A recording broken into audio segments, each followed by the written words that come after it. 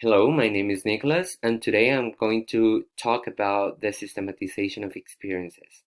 So here we go, and I am going to start talking about what a systematization is, and I am going to go over the different phases of the systematization of experiences. Here we go, and what's a systematization of experiences, you may wonder, and it is a teaching practice reflection. And in this teaching practice reflection, uh, we embrace collecting, analyzing, reflecting on students' and teachers' performances. It produces changes, it overcomes resistances, it generates synergies, and it points out different plans to tackle the weaknesses that you may find in your teaching practices. So this is according Barbosa and Rodriguez, 2015. So which are the phases of the systematization? I am going to give you a brief explanation of the different phases of the systematization. Here we go. Phase number one is the preparation of the systematization process, which involves identification of the teaching practice and the justification of your teaching practice. And in here, you need to explain how this systematization will help you enhance your students' learning and your teaching practices. In phase number two, it goes with the design of the systematization of experience practice, and it has different well, say, branches. And number one, it is the approximation of the teaching problem. Here you need to explain what the problem is, the problem that you found on your teaching practice. Number two is the systematization question. It is usually one question, one big question that involves everything you want to do in your systematization project. Number three, it goes with the objective of the systematization. It is usually the same as the question of your systematization. In number four, we have the axis of the systematization. And we usually have axis number one and axis number two. And each axis has one sub-axis.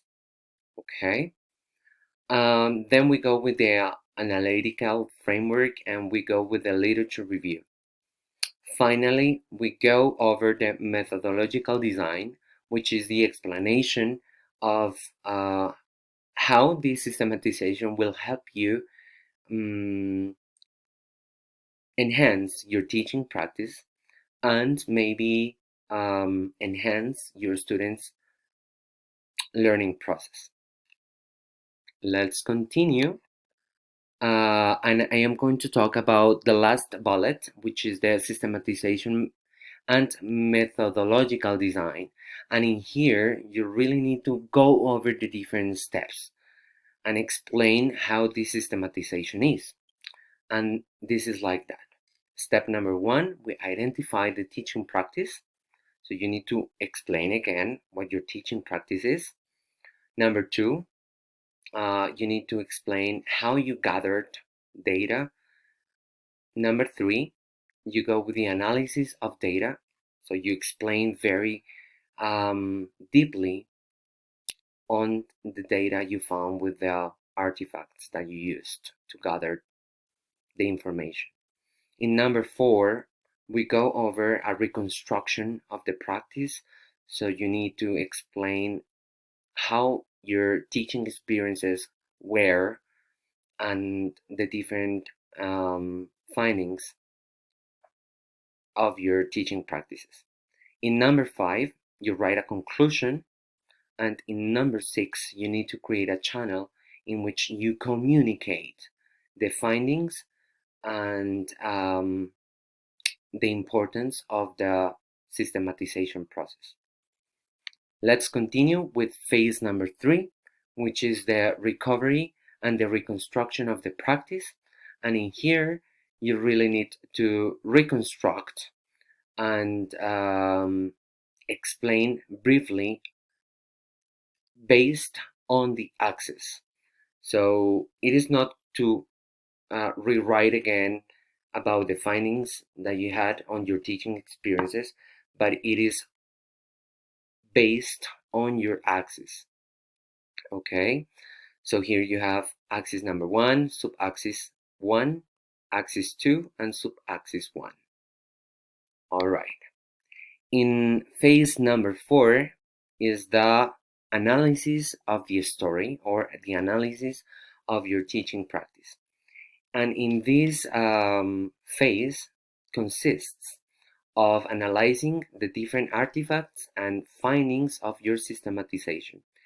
It is a reflection about the different aspects found on the artifacts that you used in your systematization, such as observations, recorded videos, field diaries, or field notes, or focus groups. Okay? Finally, you need to go deeply on showing a reflection based on the teaching practice. In phase number 5, you have to, it is about the learnings and experiences that you had in all the process of your systematization. So here we have the learnings. You need to show the learnings, everything that you found, the weaknesses, the strengths, what you find relevant and irrelevant on your teaching practices. And then here you need to create the channel to communicate this systematization, that your systematization, your project. So it can be an infographic, it can be a video, it can be any tool that you want to spread the message of the systematization. Well, these are the references that I based this explanation on. And let's remember that my name is Nicholas, and thank you very much. This is my email in case you want to contact me.